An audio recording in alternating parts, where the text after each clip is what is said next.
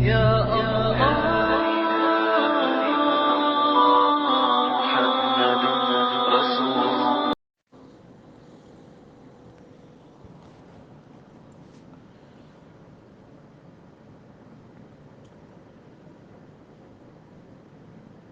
أعوذ بالله من الشيطان الرجيم. بسم الله الرحمن الرحيم.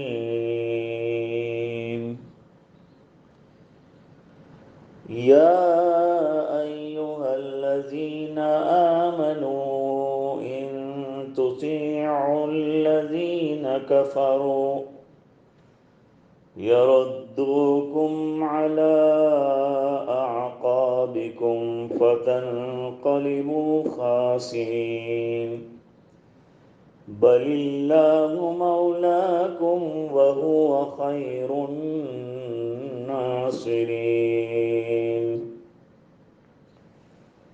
سنلقي في قلوب الذين كفروا الرعب بما أشركوا بالله ما لم ينزل به سلطانا ومأواهم النار وبئس مثوى الظالمين.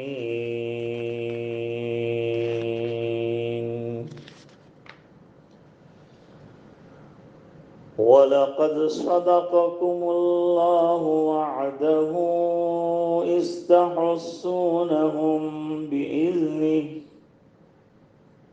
حَتَّى إِذَا فَشِلْتُمْ وَتَنَازَعْتُمْ فِي الْأَمْرِ وَعَصَيْتُم مِّن بَعْدِ مَا أَرَاكُم مَّا تُحِبُّونَ منكم من يريد الدنيا ومنكم من يريد الآخرة ثم صرفكم عنهم ليبتليكم ولقد عفا عنكم والله ذو فضل على المؤمنين. صدق اللہ العظیم.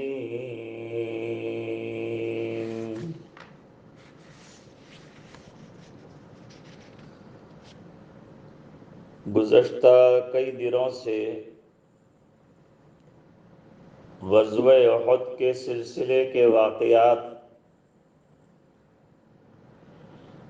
اس میں پہلے کامیابی اور بیچ کے وہلے میں ناکامی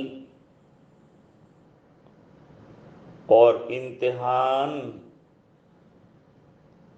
پھر دوبارہ مسلمانوں کے ہاتھ میں میدان کا آ جانا بیان ہوا ہے.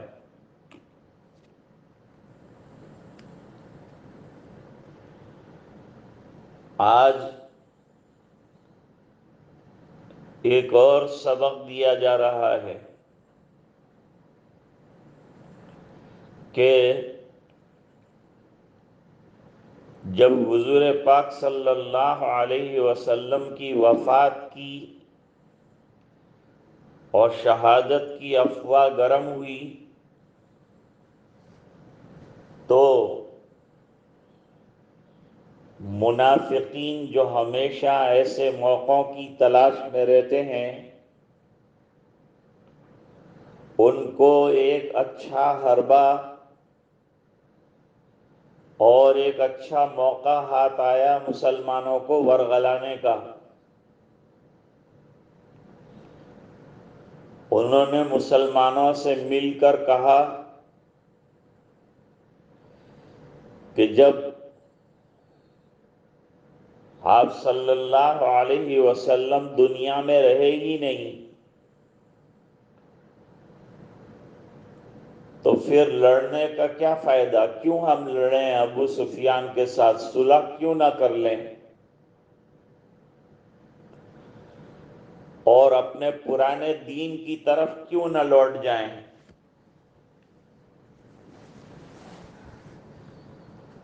تاکہ یہ جھگڑا ختم ہو جائے، ہم واپس پہلے جیسے رہتے تھے اسی طرح رہنے لگیں۔ اللہ تعالیٰ نے متنبع فرمایا ایمان والوں کو کہ اگر ان کی ورغلاہٹ میں تم آئے اور ان کی باتوں میں اگر آئے تو تم کو اپنے سچے دین سے ہٹا کر یہ لوگ چھوڑیں گے اور اپنی مرضی کی باتیں کروائیں گے۔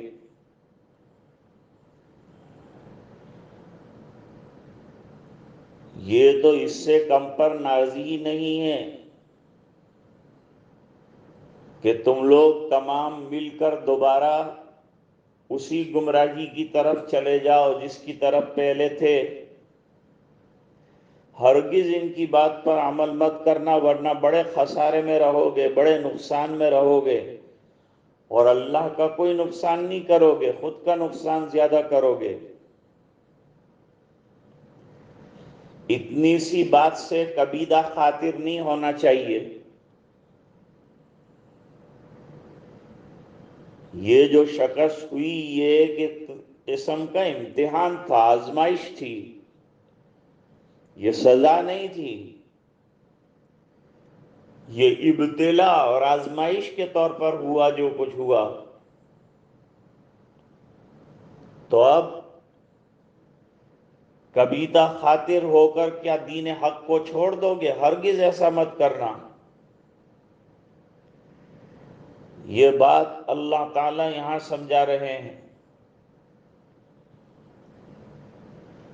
اور ان کو اپنے معاملات میں حاوی مت ہونے دینا۔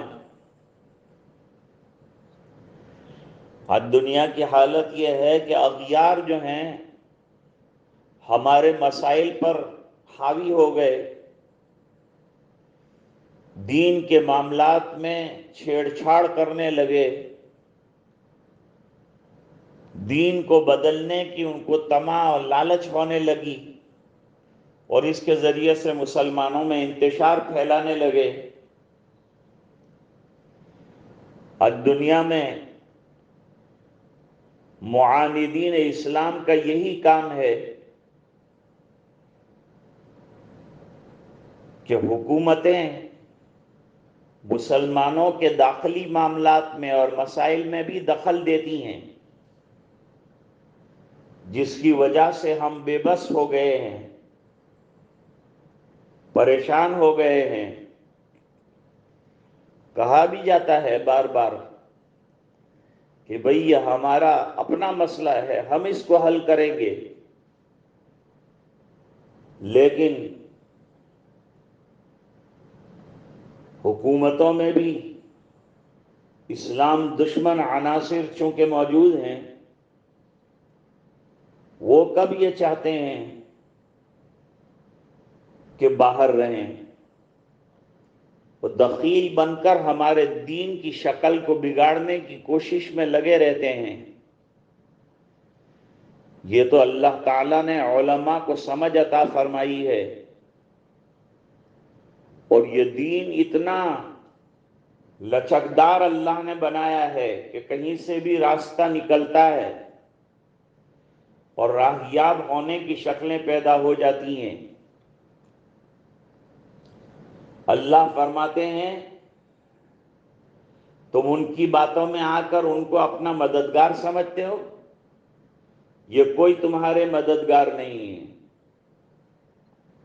اللہ تمہارے مددگار ہیں۔ مولا کے معنی دوست، ولی، مددگار، ہیلپ کرنے والے، اور وہی تمہاری بہترین نصرت کر سکتے ہیں۔ اللہ سے بڑھ کر اور کون ہے نصرت کرنے والا؟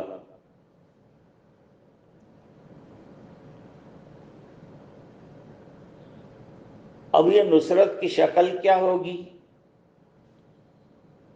کس طرح سے نصرت فرمائیں گے اللہ تعالی؟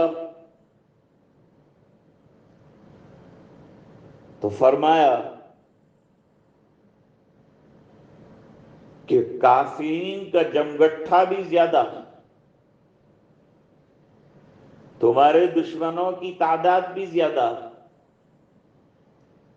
3 گنا زیادہ تھے۔ تمہارے 1000 افراد میں سے 300 کا قافلہ علیحدہ ہو گیا۔ عبداللہ ابن ابی ابن سلول الگ ہو گیا تاکہ مسلمانوں کی کمر کمزور کرے، طاقت کو کمزور کرے، اور اس کا چلا جانا یہ مسلمانوں پر اثر ڈالے ذہنی طور پر، اور اس کا کچھ خیال ہونے بھی لگا تھا، لیکن اللہ تعالیٰ نے جلدی سے یہ معاملے کو رفع فرما دیا۔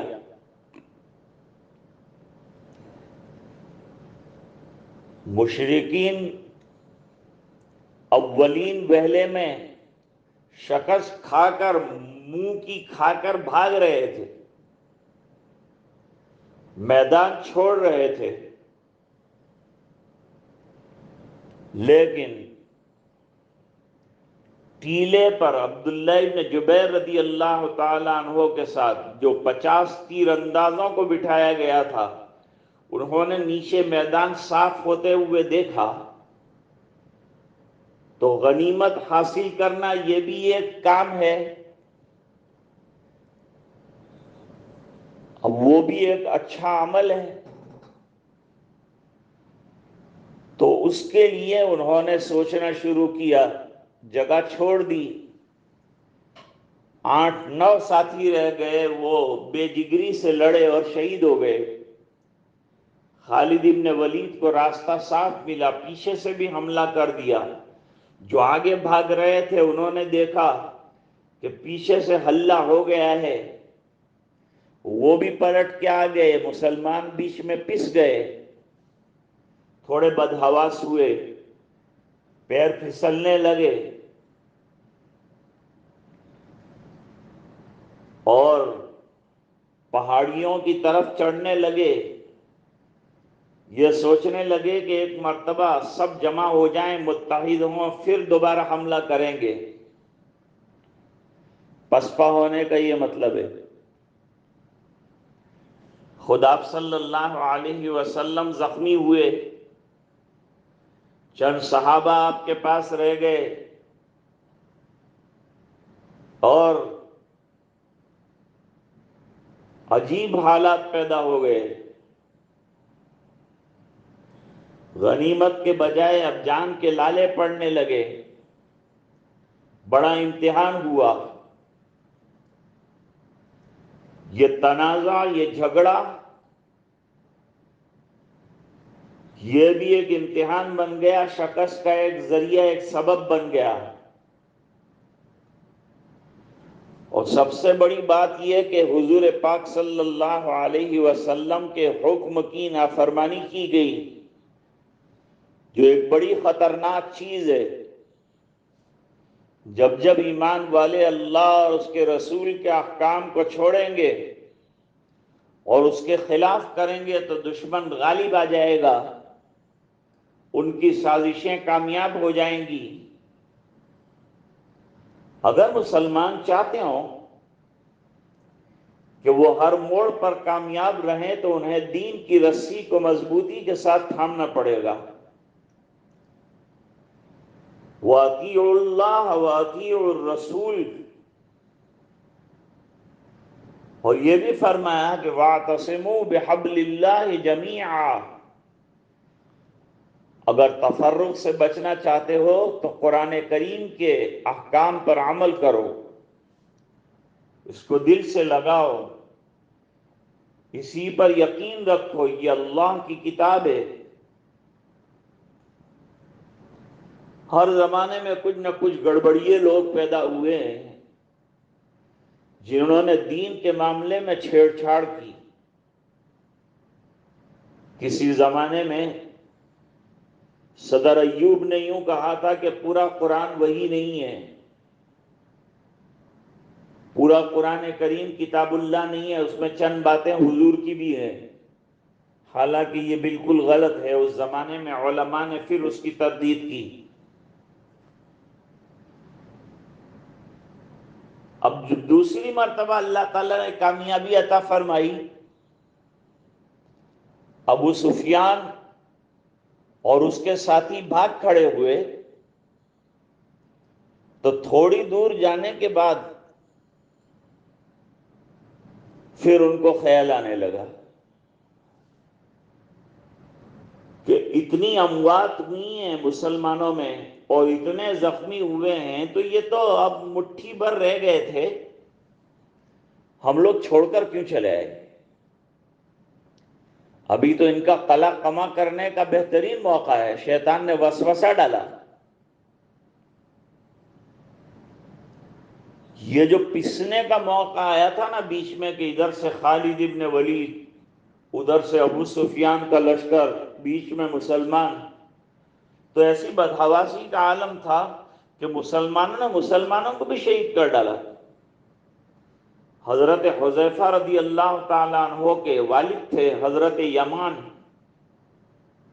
انہوں نے زرہ اور بختر پہن رکھا تھا، لوگ ان پر ٹوٹ پڑے۔ حضرت حذیفہ رضی اللہ تعالیٰ عنہ نے بہت کہا، ابھی ابھی میرے والد ہیں، میرے والد ہیں، لیکن لوگوں پر ایک حالت طاری تھی، ان کو شہید کر ڈالا، معاف کر دیا۔ حضرت حذیفہ رضی اللہ تعالیٰ عنہ نے معاف کر دیا، جو ہوا سو ہوا۔ تھوڑی دور جا کر ابو سفیان نے کہا پلٹ کر دوبارہ حملہ کرنا چاہیے۔ اب بات ذہن میں آئی اس کے کہ ہمیں دوبارہ حملہ کرنا چاہیے، اور حملہ کر کے یہ جو مٹھی بھر لوگ رہ گئے ہیں ان کو بالکل تہہ تیغ کر دینا چاہیے، ان کا کام تمام کر دینا چاہیے۔ لیکن اللہ تعالیٰ نے اس کے دل میں ایسا رعب ڈال دیا مسلمانوں کا، حضور پاک صلی اللہ علیہ وسلم کو اللہ تعالیٰ نے بڑا رعب عطا فرمایا تھا، بڑا دبدبہ عطا فرمایا تھا۔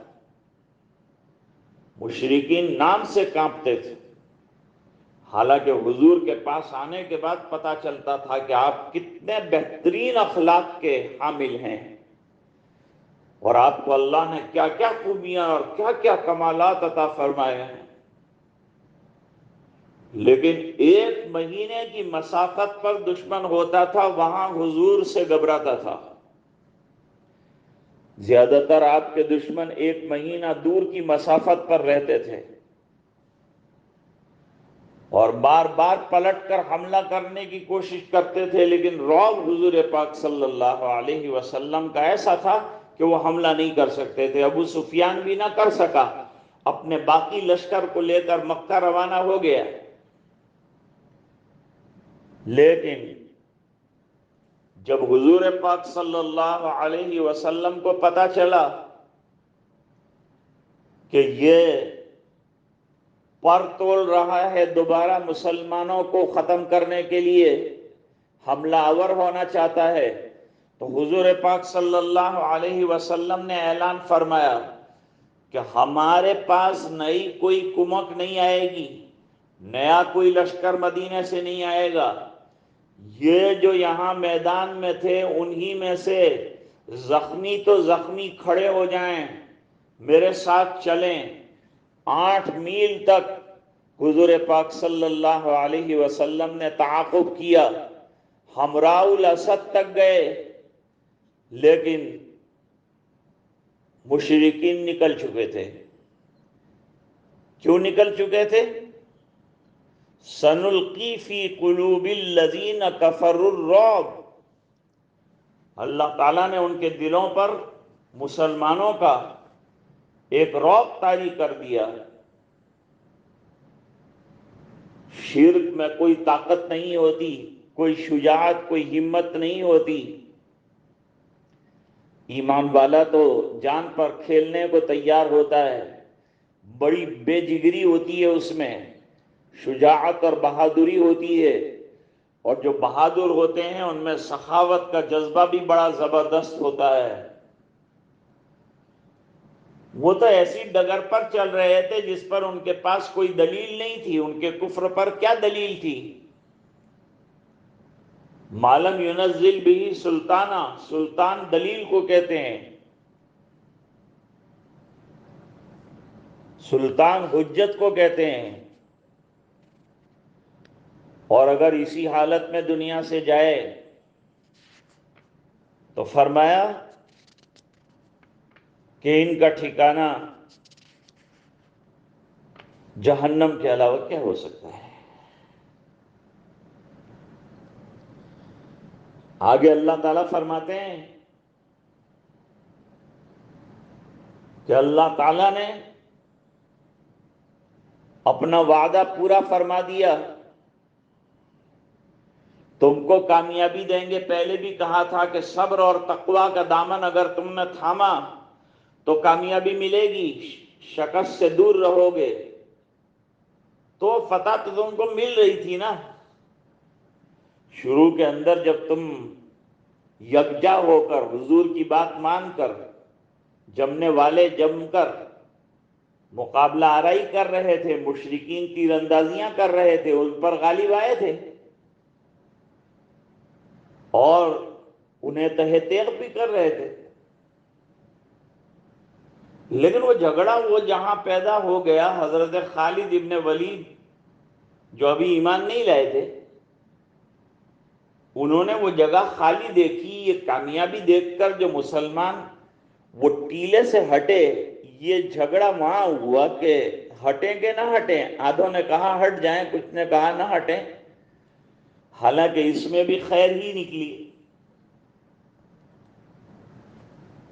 یہ جو اختلاف تھا وہ مال حاصل کرنے کے لیے اور خالی غنیمت کا مال لوٹنے کے لیے نہیں تھا۔ صحابہ کرام میں کوئی دنیا کی طمع اور لالچ نہیں، بلکہ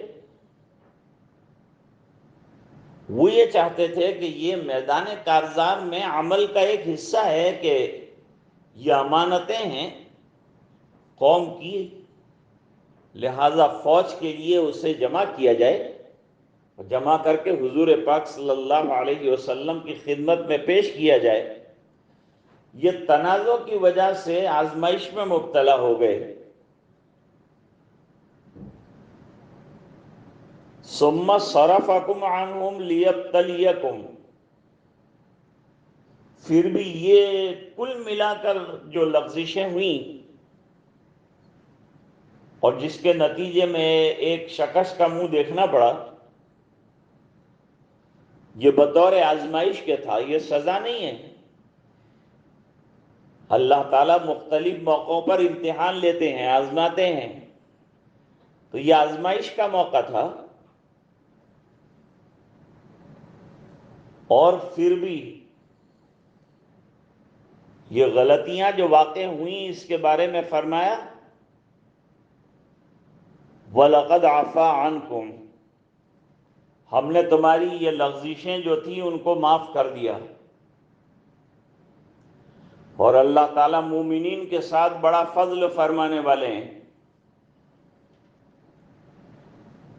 حضرت عبداللہ ابن عمر رضی اللہ تعالیٰ عنہما سے ایک شخص نے کہا تھا کہ کیا احد کے دن حضرت عثمان رضی اللہ تعالیٰ عنہ حضور سے دور نہیں چلے گئے تھے؟ وہ حضرت عثمان رضی اللہ تعالیٰ عنہ کے اندر عیوب تلاش کر رہا تھا۔ صحابہ کرام کے درجے بڑے اونچے ہیں، بڑے اونچے مقامات ہیں، بڑا احتیاط ہونا چاہیے، ان کی شان میں کوئی گستاخی نہیں ہونی چاہیے، ان کا بڑا ادب کرنا چاہیے۔ ان کو اللہ تعالیٰ نے معاف کیا ہے تو پھر ہم کون ہیں اس میں چوں اور چرا کرنے والے؟ ہم کو کیا حق پہنچتا ہے؟ ایک ایک صحابی اور صحابیہ کی احترام اور ادب کرنا، ان کے درجوں کو سمجھنا، رضی اللہ عنہم ورضوا عنہ، رہ گیا لغزشوں کا، آزمائشوں کا معاملہ ان کا اور اللہ کا ہے۔ یہاں تو اللہ فرماتے ہیں ہم نے ان کو معاف کر دیا۔ تو عبداللہ ابن عمر رضی اللہ تعالیٰ عنہما نے کہا کہ ہاں بچھڑ گئے تھے، ذرا دور چلے گئے تھے، لیکن تم کون ہوتے ہو اس پر اعتراض کرنے والے، جب کہ اللہ تعالیٰ نے خود قرآن کریم میں فرمایا وَلَقَدْ عَفَا عَنْكُمْ، اللہ نے معاف کر دیا ہے۔ جب اللہ تعالیٰ نے ان کی غلطیوں کو معاف کر دیا تو دوسروں کو اس کے اوپر چیمی گوئی کا کوئی حق نہیں رہتا۔ یہ صحابہ کرام کا اپنا معاملہ ہے، وہ بڑے دین پر جمے ہوئے لوگ تھے۔ انہوں نے اگر دنیا کی طرف توجہ کی بھی تھی تو وہ بھی دین ہی کی خاطر کی تھی کہ ضائع نہ ہو جائے وہ امانتیں اور وہ غنیمتیں ضائع نہ ہو جائیں، اس کو ضیاع سے بچانے کے لیے یہ عمل کرنا چاہتے تھے۔ ورنہ صحابہ کرام تو جان مال سب کچھ حضور پاک صلی اللہ علیہ وسلم پر اور اس دین پر نثار کر چکے تھے۔ اس لیے اس کو یاد رکھیے وَلَقَدْ عَفَا عَنْكُمْ، اور اللہ تعالیٰ نے ان کی اس لغزش کو معاف کر دیا۔ صحابہ کرام کے مقامات بڑے بلند ہیں اور اللہ کی طرف سے انہیں بڑی رعایتیں ملی ہیں۔ میں نے آپ کو صاف بتایا ہے کہ شاید و باید ایسا ہوا ہوگا کہ کوئی ایک آدھ جو ہے وہ دنیا پر رال ٹپکا بیٹھا ہو، باقی زیادہ تر حضرات کی نیتیں درست تھیں، اور ان کی نیت یہ بھی نہیں تھی کہ الیاذ باللہ وہ حضور پاک صلی اللہ علیہ وسلم کی مخالفت کریں۔ واقعہ احد میں مسلمانوں پر جو مصائب آئے اس کے اسباب کو اللہ تعالیٰ نے مختلف طریقوں سے بیان کیا۔ شیطان کو بھی موقع ملا ان کے دلوں میں پرانی باتیں اور پرانے گناہ ڈالے کہ ہم ایسی شکل میں اگر رہے تو حضور سے جا کر کیسے ملیں گے اور کیا منہ دکھائیں گے۔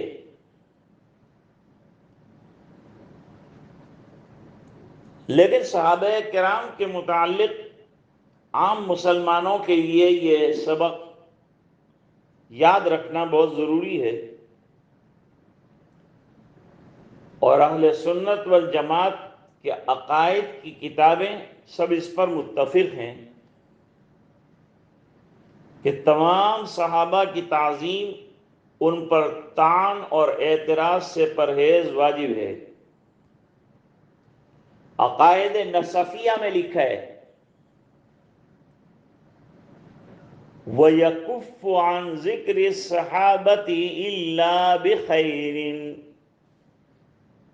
یعنی واجب ہے کہ صحابہ کرام کا ذکر بغیر خیر اور بھلائی کے نہ کیا جائے۔ شرح مسامرہ میں ابن حمام فرماتے ہیں اعتقاد اہل السنت تزکیۃ جمیع الصحابۃ والثناء علیہم، یعنی اہل سنت والجماعت کا عقیدہ یہ ہے کہ تمام صحابہ کرام کو عدول اور ثقات سمجھا جائے، ان کا ذکر مدح و ثناء کے ساتھ کیا کریں۔ شرح مواقف میں لکھا ہے یجب تعظیم الصحابۃ کلہم والکف عن القدح فیہم، یعنی تمام صحابہ کرام کی تعظیم واجب ہے اور ان پر طعن اور اعتراض سے باز رہنا چاہیے۔ ابن تیمیہ مرحوم نے بھی عقیدہ واسطیہ میں فرمایا کہ اہل سنت والجماعت کا عقیدہ ہے کہ صحابہ کرام کے درمیان جو اختلافات اور قتل و قتال ہوئے ہیں ان میں کسی پر الزام اور اعتراض کرنے سے باز رہو۔ وجہ یہ ہے کہ تاریخ میں جو روایات ان کے عیوب کے متعلق آئی ہیں ان میں بہت کثرت سے تو غلط اور جھوٹی ہیں جو دشمنوں نے اڑائی ہیں، اور بعض وہ ہیں جن میں کمی بیشی کر کے اپنی اصلیت کے خلاف پیش کیا گیا ہے۔ اور جو بات صحیح بھی ہے تو صحابہ کرام اس میں اتحادی رائے کی بنا پر معذور ہیں، اور بالفرض جہاں معذور نہ بھی ہوں تو اللہ تعالیٰ کا قانون ہے ان الحسنات یذہبن السیئات، یعنی اعمال صالحہ برے اعمال کا بھی کفارہ ہو جاتا ہے۔ اور یہ ظاہر ہے کہ صحابہ کرام کے اعمال صالحہ کے برابر کسی دوسرے کے اعمال نہیں ہو سکتے، اور اللہ تعالیٰ کے عفو و کرم کے جتنے وہ مستحق ہیں کوئی دوسرا نہیں۔ اس لیے کسی کو حق نہیں کہ ان کے اعمال پر مواخذہ کرے اور کسی پر زبان طعن کھولے، خاموش رہے، ادب کرے اور احترام کا معاملہ کرے، زبان طعن ہرگز دراز نہ کرے۔ یہ بڑا اہم سبق تھا آج کا۔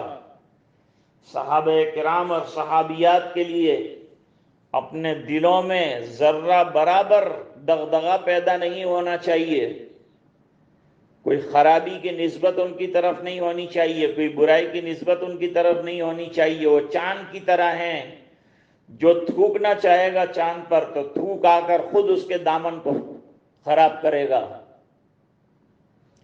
اس کا خیال رکھنا چاہیے۔ غزوہ احد کا سلسلہ بیان کا ابھی جاری ہے، ابھی اور کچھ آیات اس کے سلسلے میں آنے والی ہیں۔ آج کے سبق میں یہ بتایا کہ اللہ تعالیٰ نے معاندین اور دشمنان دین کے دلوں میں رعب ڈالا، جس کی وجہ سے بفضلہ تعالی مسلمان محفوظ رہے، اور اللہ تعالیٰ نے ان کو واپس کر دیا مکہ، ایمان والوں کو حوصلے ہمت عطا فرمائی، اور بعد میں جو غنیمت کا مال ملنا تھا وہ بھی اللہ تعالیٰ نے عطا فرمایا اور وہ تقسیم بھی ہوا۔ بہرحال یہ بڑے اہم واقعات ہیں، اس میں ہمارے لیے بڑے اسباق ہیں۔ اسباق یہی ہیں کہ اللہ اور رسول کی بات پر جمے رہو، اطاعت اللہ کے احکام کی اطاعت اور نبی کریم صلی اللہ علیہ وسلم کی اتباع، اس سے کوئی چارہ نہیں ہے۔ کامیابی چاہتے ہو، فتح و ظفر چاہتے ہو، اللہ کی نصرت اور مدد چاہتے ہو تو صبر اور تقوی کا دامن تھامو، قرآن کریم کے فرامین پر عمل کرو اور حضور پاک صلی اللہ علیہ وسلم کی اتباع کرو۔ اتباع میں کامیابی ہے، اور ابتداع یعنی اپنی طرف سے گھڑیں گے اگر باتیں تو حالات میں اور مصیبتوں میں مبتلا ہوں گے۔ ایک ہے اتباع، ایک ہے ابتداع۔ ابتداء اپنی طرف سے کوئی بات شروع کرنے کو کہتے ہیں، اتباع رسول پاک صلی اللہ علیہ وسلم کی جاتی ہے۔ اللہ تعالی ہم سب کو سمجھنے کی توفیق عطا فرمائے۔ بسم اللہ الرحمن الرحیم۔ اللہم لا احصی ثناء علیک انت کما اثنیت علی نفسک۔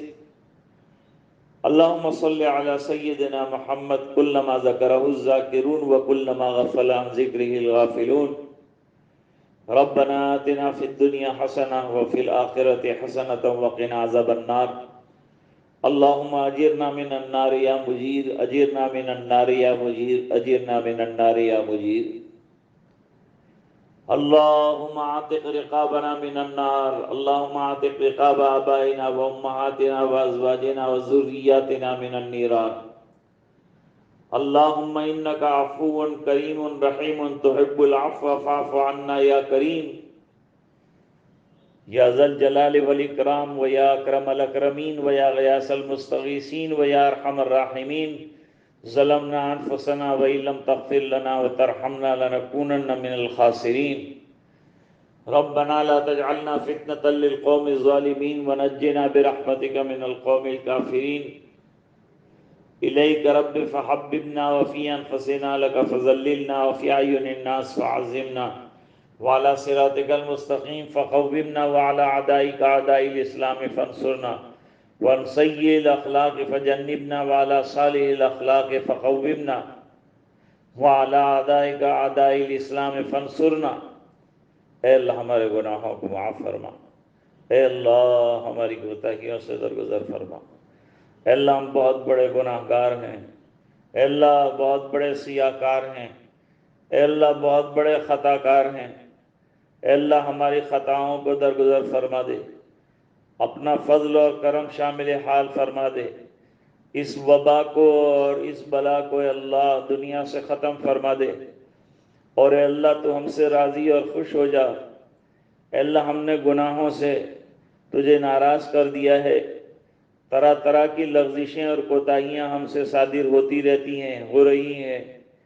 اے اللہ اپنے فضل سے معاف فرما دے، معافی کا معاملہ فرما دے، عفو درگزر کا معاملہ فرما دے، ہمارے گناہوں پر عفو درگزر کی قلم چلا دے، اپنی دریائے رحمت سے ہمیں معاف فرما دے۔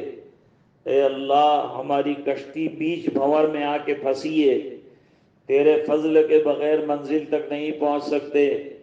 اے اللہ دشمنوں کو شکست فاش دے، اور اے اللہ حق والوں کو کامیابیاں عطا فرما، سرفرازیوں سے مالا مال فرما۔ اے اللہ روزے قبول فرما، جو اعتکاف کرنے والے ہیں ان کے اعتکاف کو قبول فرما۔ اے الہ العالمین یہ باقی عشرہ اور آخری عشرہ پوری طاقت اور تندہی کے ساتھ حضور پاک صلی اللہ علیہ وسلم کمر ہمت باندھ کر بڑی سخت محنت کرتے تھے، حالانکہ آپ کو اتنی محنت کی ضرورت نہیں تھی، پھر بھی عبادتوں میں جان لگا دیتے تھے۔ اے اللہ ہمیں ٹوٹا پھوٹا کرنے کی توفیق عطا فرما دے، اپنی رضائے دائمی عطا فرما دے، نبی کریم صلی اللہ علیہ وسلم کا شیدائی بنا دے، قرآن کریم کا عاشق بنا دے، نمازوں کا پابند بنا دے، تلاوت کا شیدائی بنا دے، ذاکرانہ شاکرانہ زندگی نصیب فرما، غفلت والی زندگی سے اے اللہ ہماری حفاظت فرما، عاصیانہ زندگی سے ہماری حفاظت فرما، ہر قدم پر اپنی رضا کے پروانے عنایت فرما۔ اے اللہ تیرے دربار میں کوئی کمی نہیں، اپنے فضل سے ہمیں عطا فرما، خیر و عافیت کے معاملے فرما۔ اے الہ العالمین جو بیمار ہیں شفا عطا فرما، جو پریشان ہیں ان کی پریشانیاں دور فرما، اور اے اللہ دنیا سے جو ایمان والے چلے گئے جنت میں اعلیٰ اور بالا مقامات عطا فرما۔ اے اللہ جو زندہ ہیں ان کو دین پر قائم فرما، یہ مصائب اور پریشانیوں سے اللہ ہمیں نکال دے، اور دنیا جو اپنی دھری پر پہلے سے گھوم رہی ہے عافیت کے ساتھ اس پر اسے جاری ساری فرما دے، یہ مصائب جو ہیں اسے ختم فرما دے، خیر کے فیصلے فرما دے، رضا کی نظر فرما دے۔ اے الہ العالمین ہماری اولاد کو نیک بنا، انہیں فرما بردار بنا، دیندار بنا، اور ماں باپ کی آنکھوں کی ٹھنڈک بنا۔ اللہ ہمیں ان کی تربیت کا حق ادا کرنے کی توفیق عطا فرما، اور ان کو ہمارے حقوق سمجھنے کی توفیق عطا فرما۔ اے اللہ یہ دعائیں اپنے فضل و کرم حبیب پاک صلی اللہ علیہ وسلم کی برکت سے قبول فرما، برحمتک یا ارحم الراحمین۔